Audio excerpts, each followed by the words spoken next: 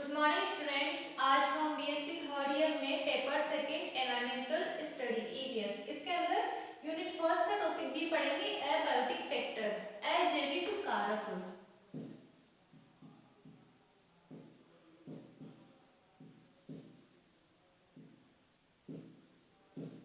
इसके अंदर हम पढ़ेंगे लाइट, टेम्परेचर के बारे में पढ़ेंगे। इसके अंदर आने वाले कौन कौन से और other ecological factors, limiting factors, ये सब पढ़ेंगे।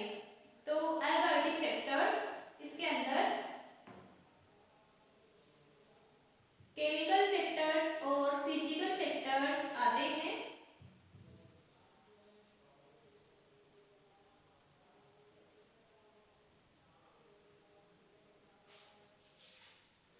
केमिकल फैक्टर्स होते हैं रासायनिक पदार्थ या रासायनिक कारक, और सेकंड होते हैं फिजिकल फैक्टर्स जो होते हैं भौतिक कारक। तो सबसे पहले हम देखो अजैविक कारक पढ़ने से पहले एनवायरमेंटल जो फैक्टर्स होते हैं वातावरणीय कारक, उनके बारे में पढ़ेंगे। एनवायरमेंटल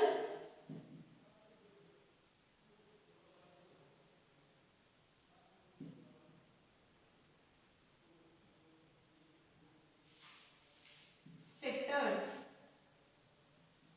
पर्यावरणीय कारक। जो पर्यावरणीय कारक होते हैं वो मुख्यतः दो प्रकार के होते हैं। फर्स्ट इसके अंदर एनवायरमेंटल फैक्टर्स होते हैं, इनमें फर्स्ट है एबायोटिक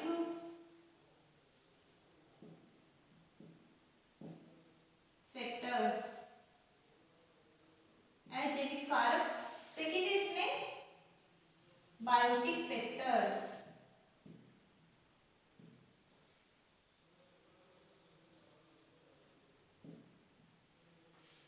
अबायोटिक फैक्टर्स इसके अंदर दो कारक होते हैं। फर्स्ट है अबायोटिक फैक्टर्स के अंदर इसमें भी दो कारक है। फिर फर्स्ट केमिकल फैक्टर्स,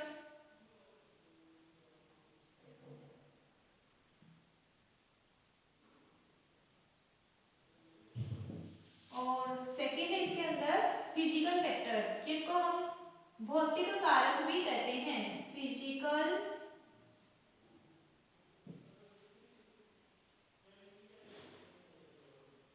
फैक्टर्स ये है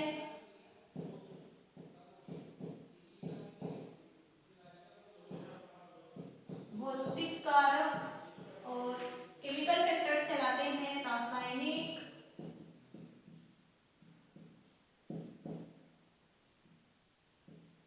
कारक। रासायनिक कारक। तो इस तरह से एबायोटिक फैक्टर्स के टू टाइप हो गए, chemical factors and physical factors. Chemical factors में आते हैं देखो वाटर,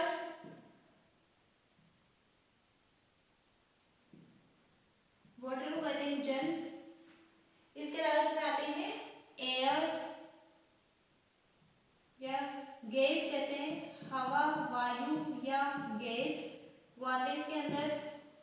इसके अलावा इसमें सोइल आती है, सोइल के टाइप्स, सोइल टाइप्स मिट्टी के प्रकार, सोइल टाइप्स। फिर आते हैं इसके अंदर पोषक तत्व, न्यूट्रिएंट्स।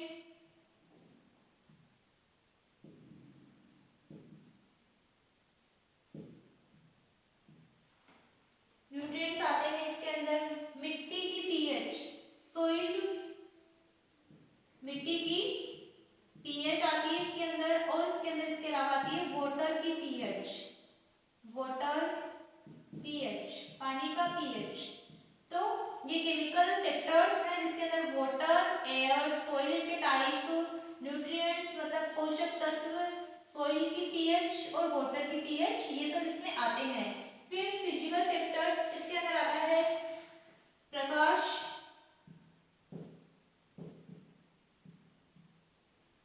या जिसको हम लाइट कहते हैं, लाइट। फिर इसके अंदर आता है ताप या टेम्परेचर,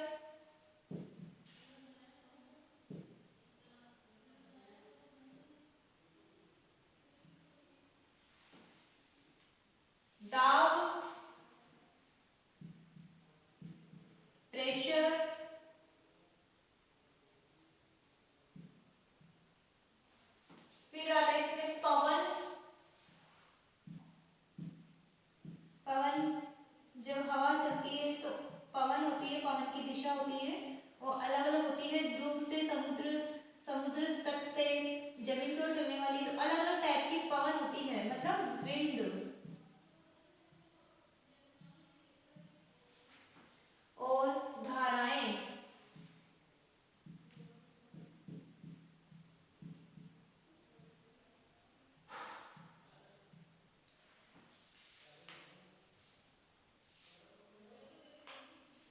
तो धाराएं हैं, ये सब भौतिक कारक है। फिर जैविक कारक, ये था अबायोटिक फैक्टर्स। हम पढ़ रहे हैं एबायोटिक फैक्टर्स। तो एबायोटिक फैक्टर्स में केमिकल और फिजिकल दो फैक्टर्स हो गए।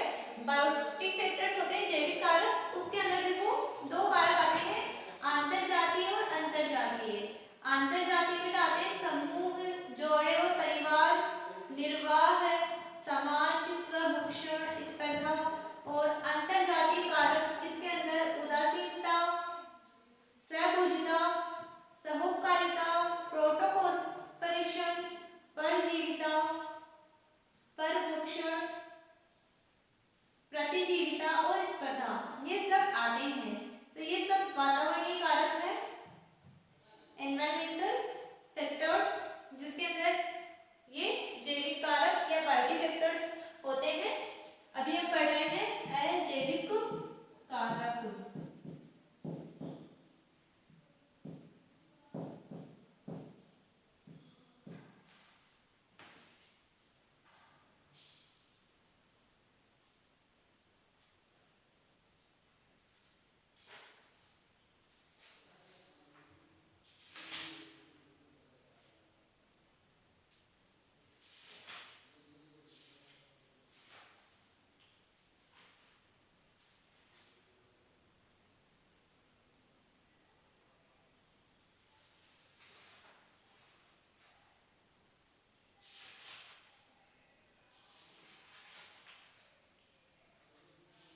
तो सबसे पहले हम भौतिक कारक, फिजिकल फैक्टर्स, इसके अंदर हम पढ़ेंगे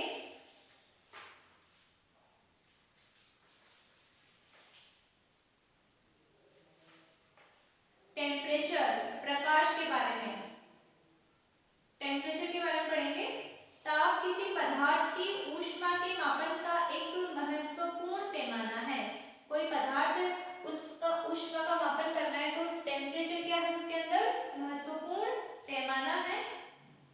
इसे सेल्सियस या सेंटीग्रेड, फ़ारेनहाइट, केल्विन व रूमर पैमाने पर नापा जा सकता है।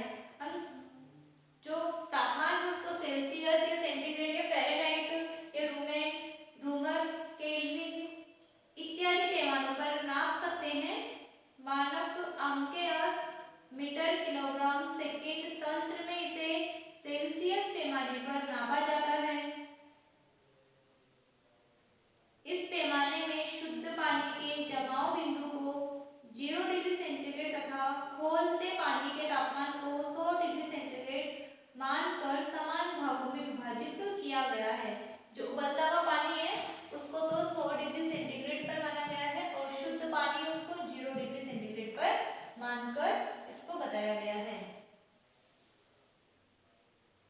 तापमान एक प्रमुख अजैविक कारक है। तापमान, टेम्परेचर क्या है, ये अजैविक कारक किसमें आता है, फिजिकल फैक्टर्स में आता है। ये इसके माध्यम है जल, वायु, मृदा एक विशिष्ट तापमान प्रदर्शित करते हैं।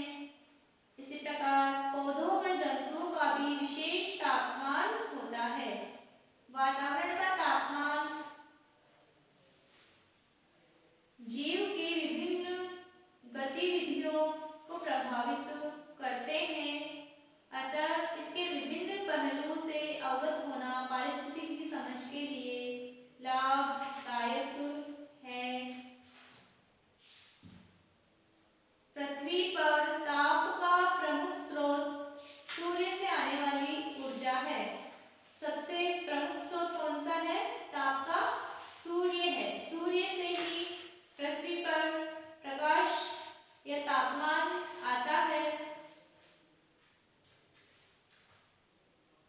पृथ्वी की दो गतियां, घूर्णन एवं परिक्रमण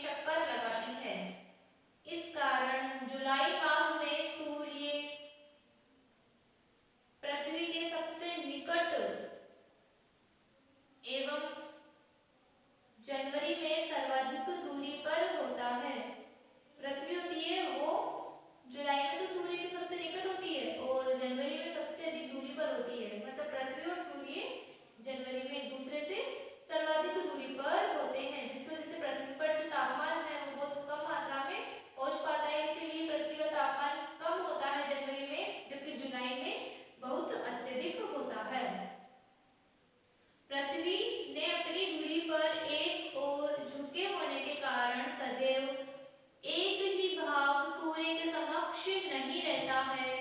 मार्च से सितंबर पृथ्वी के उत्तरी गोलार्ध पर सूर्य की किरणें अधिक सीधी पड़ती है, परंतु इसी समय दक्षिणी गोलार्ध पर सर्दियां होती है। मार्च से सितंबर के अंदर क्या होता है, पृथ्वी का उत्तरी गोलार्ध, ये पृथ्वी है, इसका ये उत्तरी गोलार्ध है और ये दक्षिणी गोलार्ध है। तो उत्तरी गोलार्ध के ऊपर उत्तर है, उत्तर और दक्षिण। तो उत्तर की तरफ क्या होता है, सूर्य की किरणें मार्च से सितंबर तक इस पर उत्तरी गोलार्ध पर ज्यादा तेज पड़ती है, इसलिए यहाँ पे इस भाग में अधिक गर्मी होती है और दक्षिणी गोलार्ध पर कम तिरछी पड़ती है। इसकी किरणें होती है ना, वो थोड़ी सीधी ना होकर तिरछी होती है, मतलब ज्यादा तापमान नहीं पहुंच पाता है सूर्य का, क्योंकि सूर्य का तापमान उत्तरी गोलार्ध पर ज्यादा होता है। तो यहाँ पर तापमान ज्यादा होता है, जबकि दक्षिणी गोलार्ध पर उसी टाइम पे तापमान कम होता है।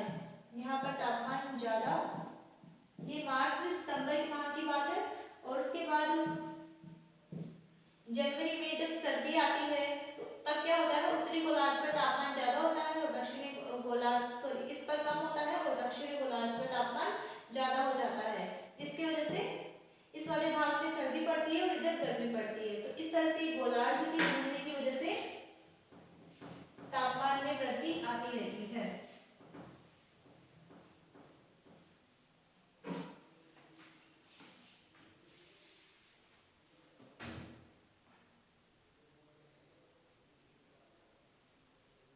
सितंबर से मार्च उत्तरी गोलार्ध पर सूर्य की किरणें तिरछी पड़ती है, अतः यहाँ ठंडे महीने इसी दौरान पड़ते हैं।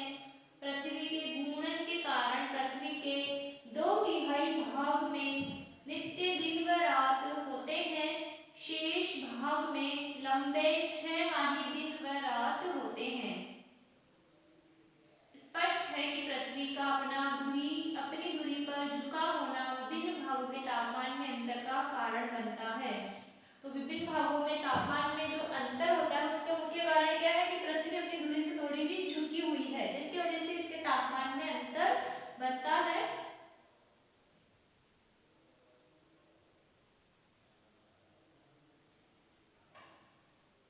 इसके आधार पर निम्न 3 भाग पहचाने जा सकते हैं। फर्स्ट, उष्णकटिबंधीय ट्रॉपिकल जोन। ताप के आधार पर 3 भाग हम पहचान सकते हैं। उष्ण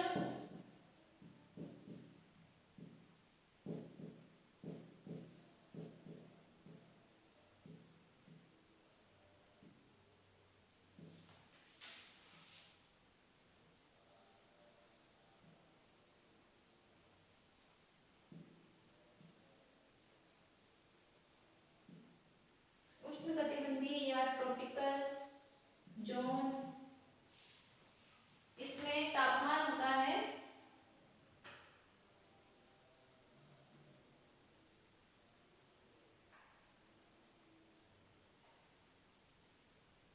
ये ट्रॉपिकल जोन होता है वो 0 डिग्री अक्षांश से उत्तर व दक्षिण में 23 डिग्री 30 मिनट तक होता है।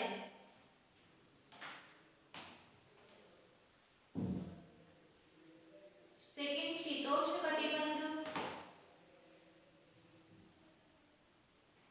ये होता है 0 डिग्री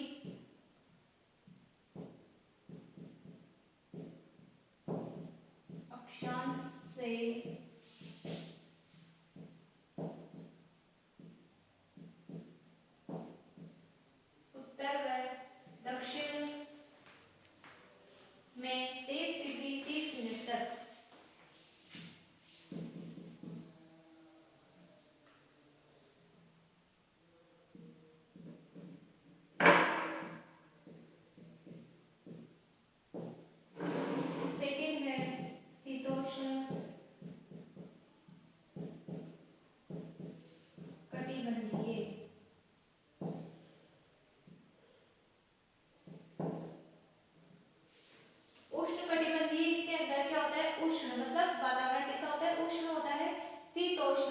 शीत मतलब ठंड भी पड़ती है और उष्ण भी होता है, तो ये शीतोष्ण कटिबंधीय है।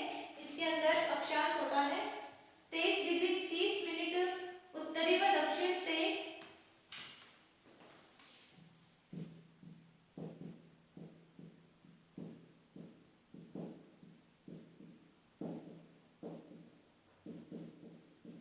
और दक्षिण से होता है, ये तथा उत्तर से दक्षिण से इसमें होता है 66 डिग्री 30 मिनट उत्तरी व दक्षिणी अक्षांश तक, 66 डिग्री से 30 मिनट तक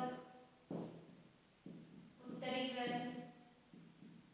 दक्षिणी अक्षांश तक होता है इसमें शीतोष्ण कटिबंधीय। फिर उसके बाद थर्ड है शीत कटिबंध।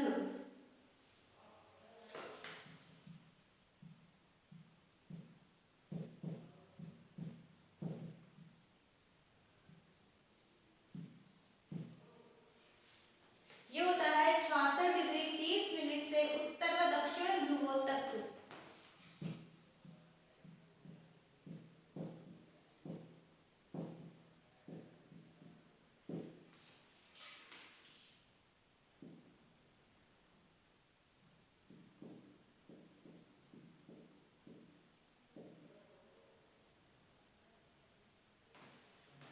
इस तरह से ये उष्ण कटिबंधीय, शीतोष्ण कटिबंधीय और शीत कटिबंध, तीन तरह के इसके अंदर तापमान के आधार पर इसके अंदर भाग बनते हैं।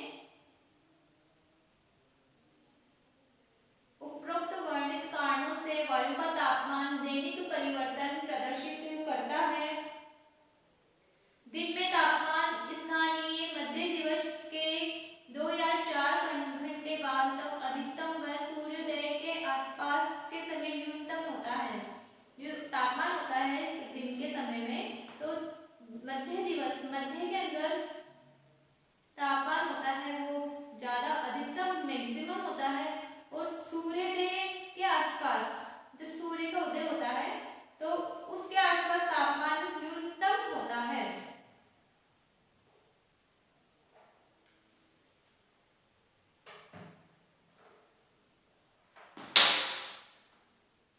पवन, बादल आदि इस समय में परिवर्तन ला सकते हैं।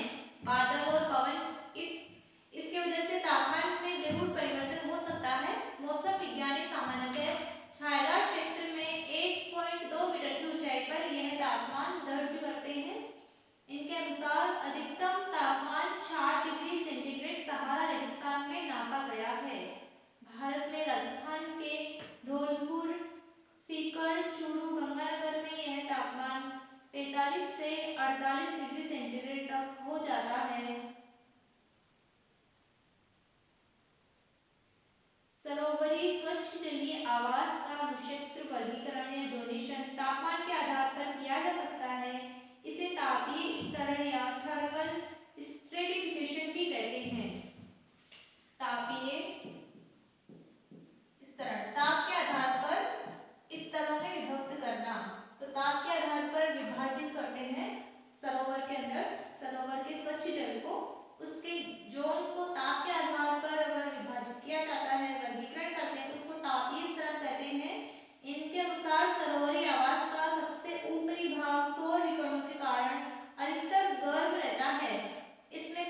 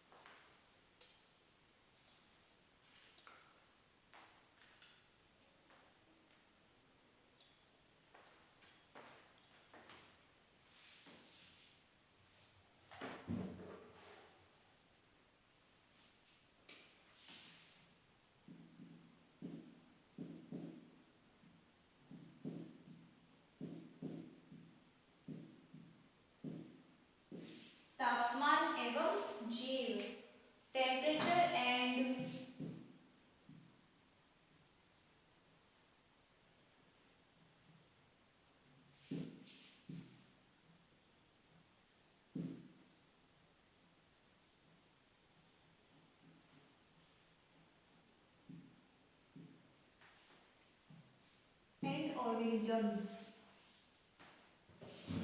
तापमान का जंतुओं व पादपों पर गहरा प्रभाव पड़ता है। प्रत्येक जीव एक विशिष्ट तापमान परास को ही सहन कर सकता है। यह तापमान की परास या रेंज उस जीव हेतु इष्टतम परास या ऑप्टिमम रेंज कहलाती है। तापमान की जिस परास को, जिस रेंज को कोई जीव सहन कर सकता है वो क्या कहलाती है? अधिकतम परास।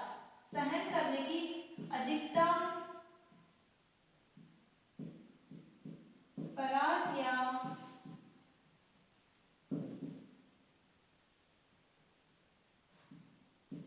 ऑप्टिमम रेंज कहलाती है। जीवों के लिए यह उपयुक्त तापमानों की सीमा जैवगतिक परास कहलाती है। अधिकांश जीव जंतु 4 से 45 डिग्री सेंटीग्रेड के तापमान पर पाए जाते हैं। अधिकांश जीव है वो 4 डिग्री से लेके 45 डिग्री सेंटीग्रेड तक के तापमान या सेल्सियस तक के तापमान पर ही पाए जाते हैं। अत्यधिक ठंडे प्रदेशों व गर्म स्रोतों में जीव क्रमशः 0 डिग्री सेंटीग्रेड व 100 डिग्री सेंटीग्रेड पर भी जीवनक्षम रहते हैं। वह निम्न तापमान जिस पर जीव सक्रिय रह सके व जिसका दुष्प्रभाव न हो न्यूनकारी प्रभावी तापमान कहलाता है। न्यूनकारी प्रभावी तापमान वह मतलब एकदम सबसे कम तापमान जिस पर जीव है वो जीवित रह सके और उसका दुष्प्रभाव उस पर ना पड़े, वो न्यूनकारी प्रभावी तापमान कहलाता है। इसको कहते हैं मिनिमम इफेक्टिव टेम्परेचर।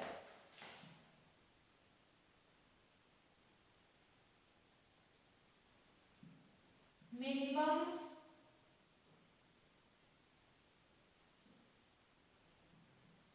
इफेक्टिव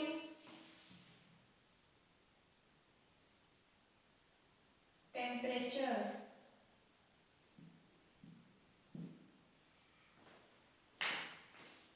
तो ये न्यूनकारी प्रभावी तापमान है। फिर इससे कम ताप होने पर जीव ठिठुरन से अक्रिय हो सकता है, जिसे ठिठुरम कोमा या चिल कोमा कहते हैं। इससे कम तापमान पर जिसको सहन कर सकता है उससे कम तापमान पर जीव में ठिठुरन हो सकती है, जिसको ठिठुरन कोमा या चिल कोमा कहते हैं।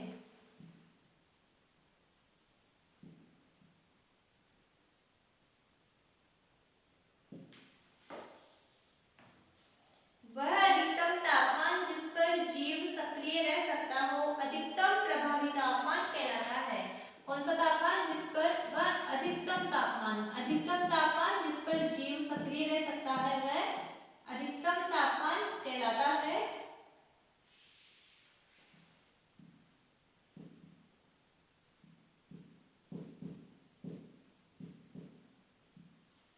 मैक्सिमम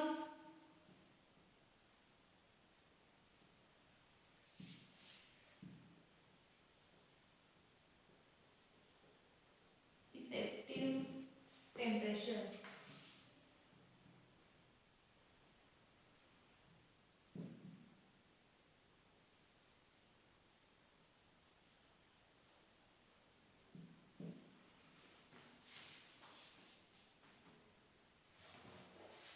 इससे अधिक ताप होने पर जंतु गर्मी से अक्रिय होकर अंततः मर सकता है, जिसको ऊष्मा कोमा या हीट कोमा कहते हैं। ज्यादा तापमान होगा तो जंतु अक्रिय होकर मर भी सकता है ज्यादा तापमान पर, उसको ऊष्मा कोमा या हीट कोमा भी कह सकते हैं।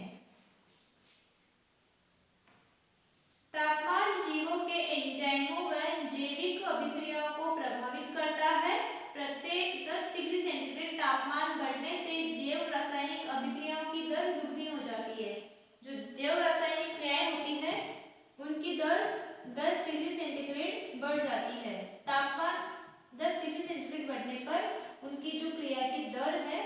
बढ़ जाती है, दुगनी हो जाती है। यह सिलसिला लंबे समय तक नहीं चलता क्योंकि जैविक उत्प्रेरक एंजाइम्स, सबस्ट्रेट आदि उच्च तापमान पर अपनी आकृति खो देते हैं। उच्च तापमान पर एंजाइम्स वगैरह वो अपनी जो आकृति होती है वो खो देते हैं, तो ऐसा हर समय नहीं होता है, स्थायी नहीं होता है। जैविक उत्प्रेरक यानी एंजाइम न्यूनतम 10 डिग्री सेंटीग्रेड व अधिकतम 40 से 45 डिग्री सेंटीग्रेड तक ही अपनी सक्रियता बनाए रखते हैं। जो जैविक उत्प्रेरक होते हैं, जिनको हम एंजाइम्स भी कहते हैं, इनकी सक्रियता वो कितने तापमान तक बनी रहती है? 10 डिग्री सेंटीग्रेड, 10 डिग्री सेल्सियस से 40 से 45 डिग्री सेल्सियस तक ही इनकी सक्रियता बनी रहती है। यही कारण है कि जीवों को अपना तापमान किसी न किसी प्रकार से इस सीमा में रखना होता है, तभी वे जीवनक्षम बने रह सकते हैं। लंबे समय तक कम या अधिक तापमान में रहने पर इन्हें स्थायी क्षति होती है। ये जीवन तापमान के बहुत अंतर बर्दाश्त कर सकते हैं, जो जीव तापमान के बहुत अंतर बर्दाश्त कर सकते हैं उन्हें पृथुतापी या यूरोथर्मल कहते हैं। तापमान के अंदर बहुत सारा अंतर जो बर्दाश्त कर सकते हैं उनको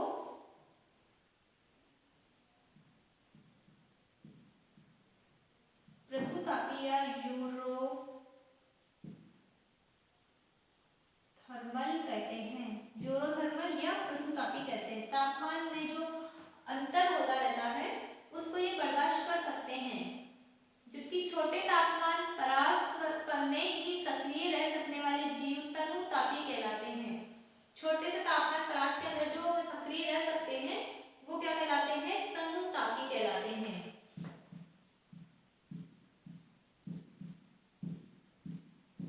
मतलब थोड़े से कम ताप में ये जीवित रह सकते हैं, सक्रिय रह सकते हैं, तो तनुतापी या इनको स्टेनोथर्मल भी कहते हैं।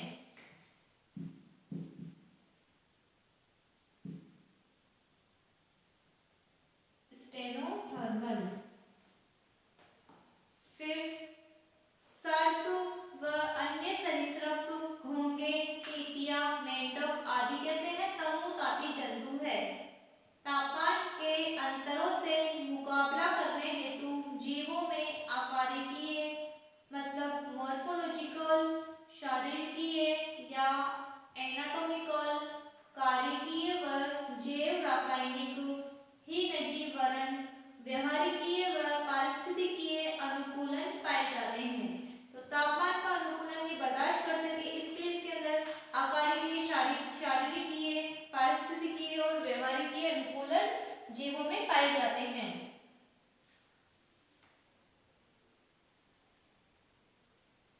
तो ये टेम्परेचर एंड ऑर्गेनिजम्स ये टॉपिक था।